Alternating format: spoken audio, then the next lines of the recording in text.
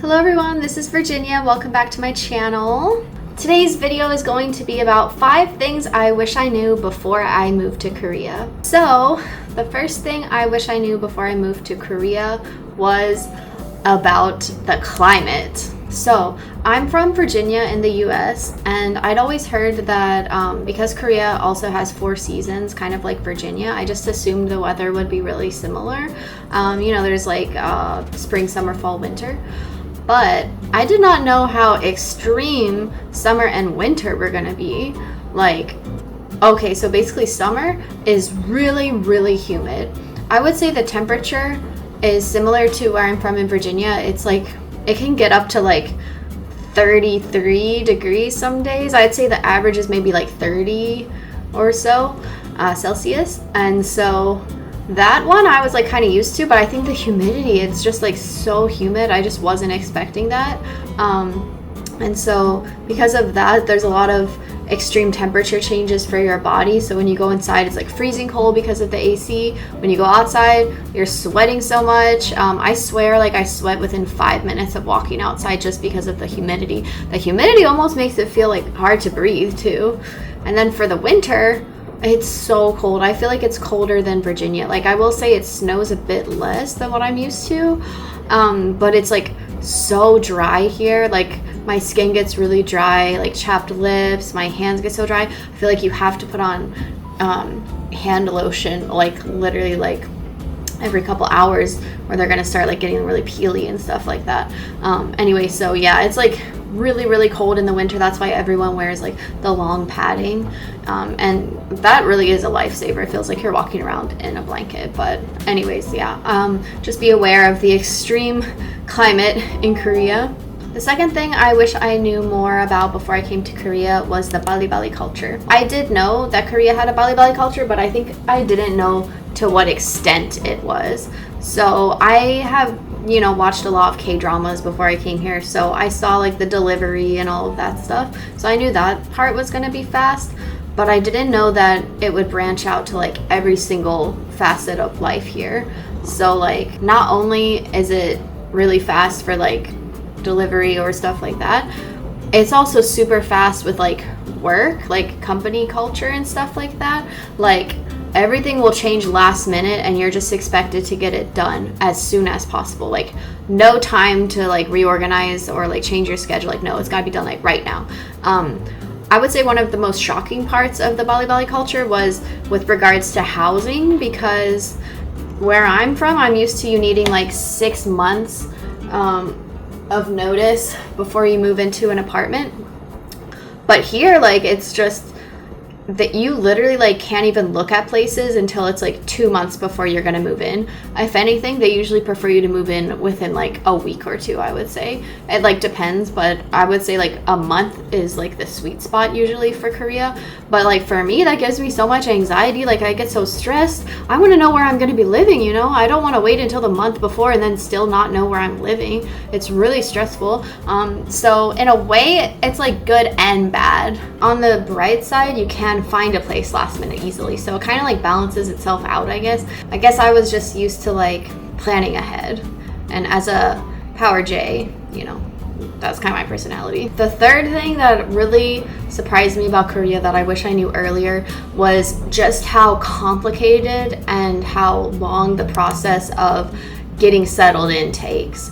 So there's so many steps that you need to do when you first move to Korea. Of course, this is like not applicable if you're just traveling to Korea, but if you're trying to live here, there's so many steps you have to do at the beginning. So you have to get a phone number, you have to get a bank account, and you have to like sign up for health insurance and stuff. Usually your job does it for you. And then you have to get your ARC from immigration. So your ARC is like your residence card, like your ID, and that also is just such a process. It's so tricky because to make your phone plan, you need to have a bank account, but to make your bank account, you need to have a phone plan. So it's just like, how do I start? Like, it's so confusing, and there's like never anyone there to explain it to you. You just always have to figure it out on your own, and it's so confusing. And then especially if you like aren't that good at Korean yet when you move here, then the language barrier is just another factor. So it's just really confusing setting everything up at the beginning. So I wish I knew like just how complicated of a process it was.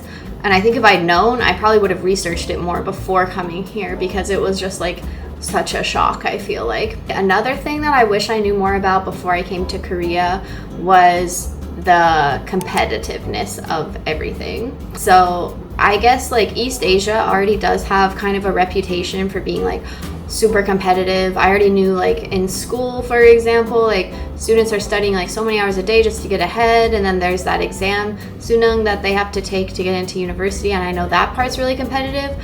I guess I just didn't think that this was gonna like carry over to the workplace. I don't know why I didn't think about it, but yeah, basically I can kind of see how that competitiveness in the education department kind of like transfers to the corporate environment.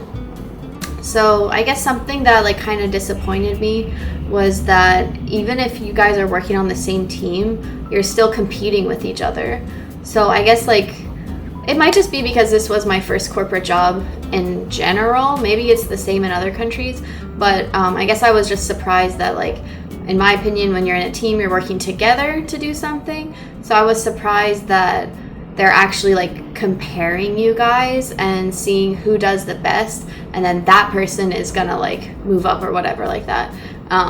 And I guess like I didn't really like to think of my coworkers as like competition. I like to think of them as like more like friends. Like, we're working together, we're gonna learn together, we're gonna grow together. That's kind of the like way I was treating it. But then I realized that they're all just competition, and our bosses are literally just watching us and comparing us to each other.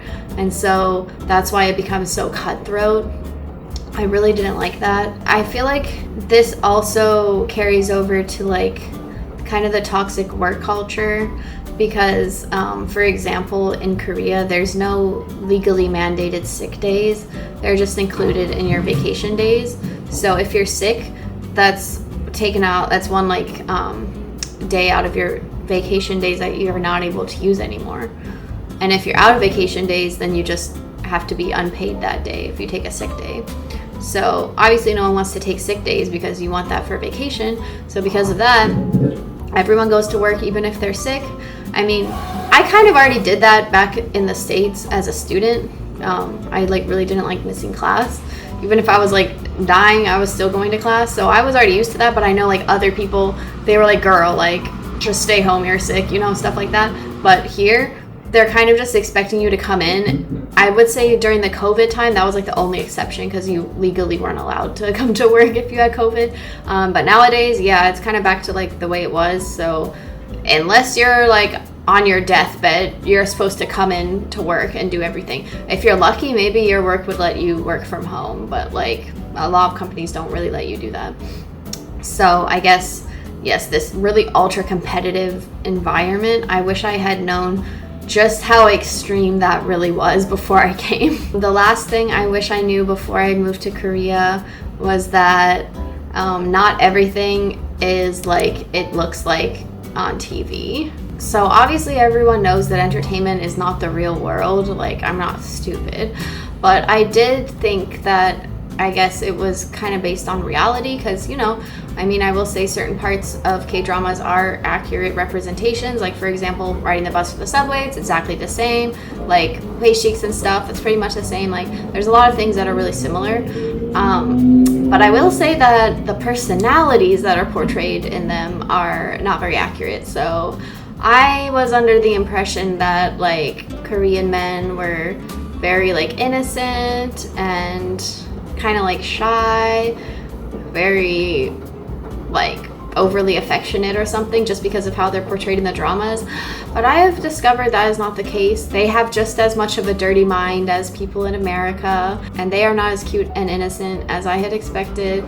And then I realized they're just people. So there's nothing like that special about the Korean men compared to other men. They're just men, they're just people. So I guess if you're someone who's looking for like an oppa or something like that, then just don't expect that. Like, I'm sure there's probably a couple out there, but the majority are literally just regular men. They just look Korean and speak Korean. That's really the only difference. So just letting you guys know, I don't want your bubble to be burst when you moved here.